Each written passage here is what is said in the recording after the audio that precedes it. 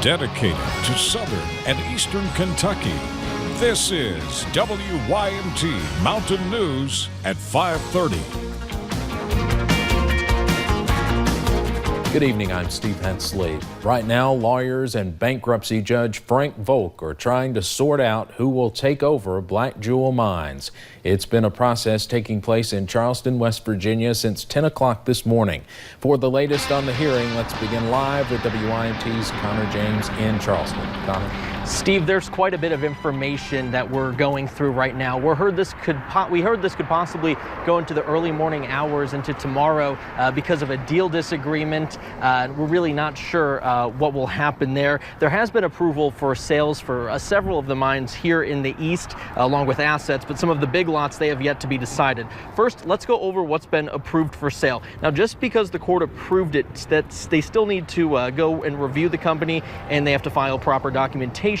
So here's what we have. Coking Coal LLC got the Party Mine. That's a mine in Wise County, Virginia. Ty Fort Coal Company will get the Elm 6 mine. Mark Energy LLC got the Elm 8 mine. The Dean McAfee Lenders and John Deere purchases also went through. We have more information about those on our website. But what will happen to the Lone Mountain and Black Mountain mines? Copper Glow originally won the bid for those, but currently there's a disagreement between Caterpillar and Copper Glow over equipment on the sites. Nearly 40 miners and their families watched on as their future was pretty much thrown up in the air. Those in the courtroom frequently referred to the protests going on before going into sales. Miners added that the protests definitely had an impact.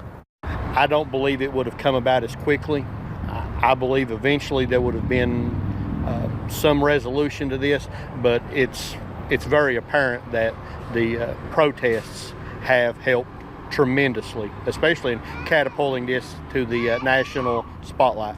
Now, Steve, those protests were a very hot topic. The Labor Department actually filed an emergency motion saying that that coal, nearly $1 million worth of it, shouldn't leave Cumberland until those miners get paid. Obviously, a lot of details developing, stuff we're trying to continue to figure out, and we really don't know when a deal will be reached or how long this will go. Obviously, something we'll keep developing. Steve, back to you. All right, Connor, thank you very much, and we'll check back in with you at 6. In Muhlenberg County today, crews stopped recovery efforts in the search for a man who fell down a mine shaft. On Wednesday, officials say 62-year-old Richard Knapp was taking apart an elevator so the mine could be sealed. They say methane gas in the mine exploded, causing Knapp to fall. Mine owners say it is too dangerous to lower workers into the mine to search for Knapp's body.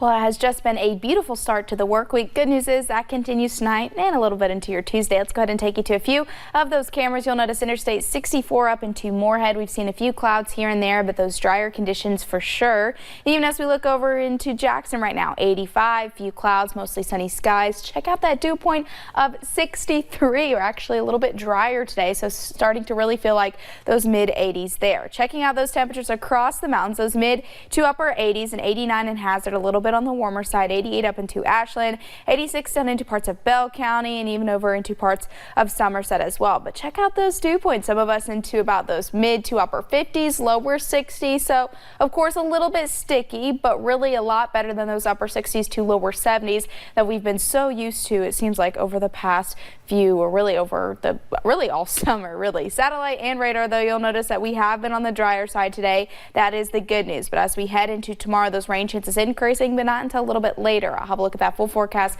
coming up in just a few short minutes. All right, thank you, Paige.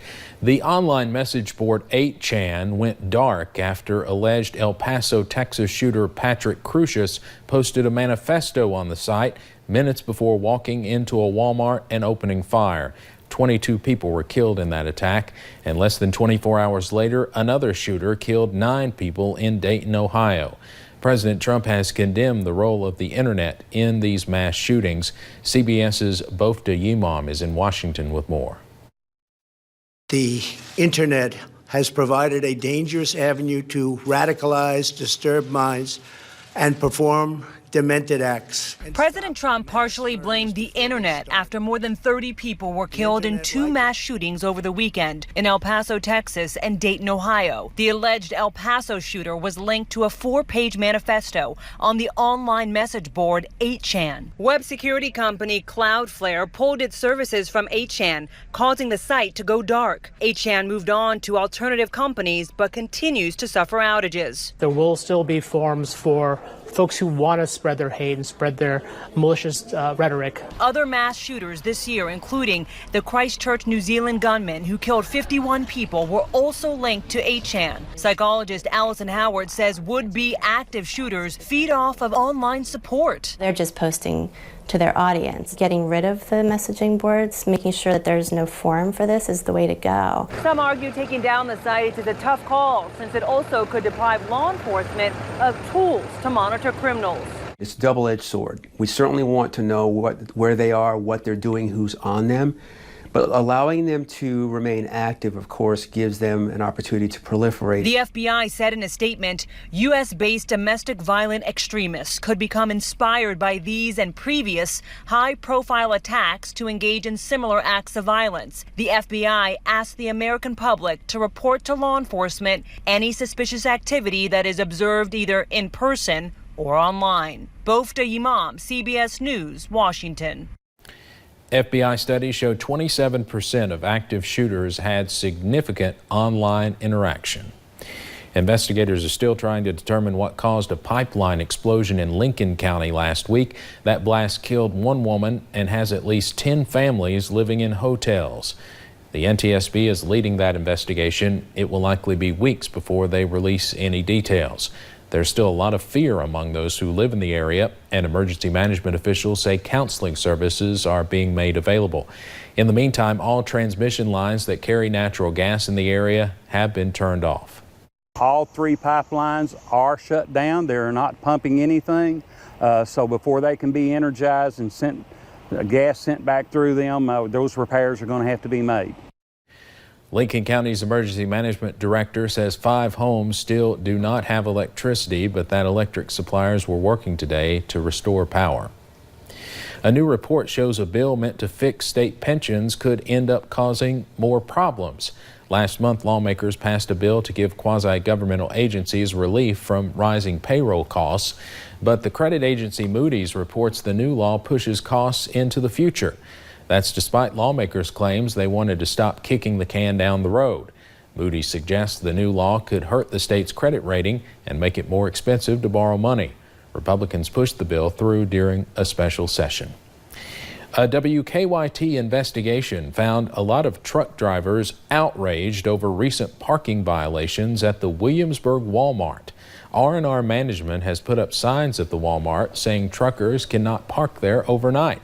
The company puts a boot on the windshield of a truck and a ticket for $500 that must be paid in an hour, and there is no warning. You're not allowed to touch that. I know my rights. That's illegal, dude. Yes, it is. This is private property.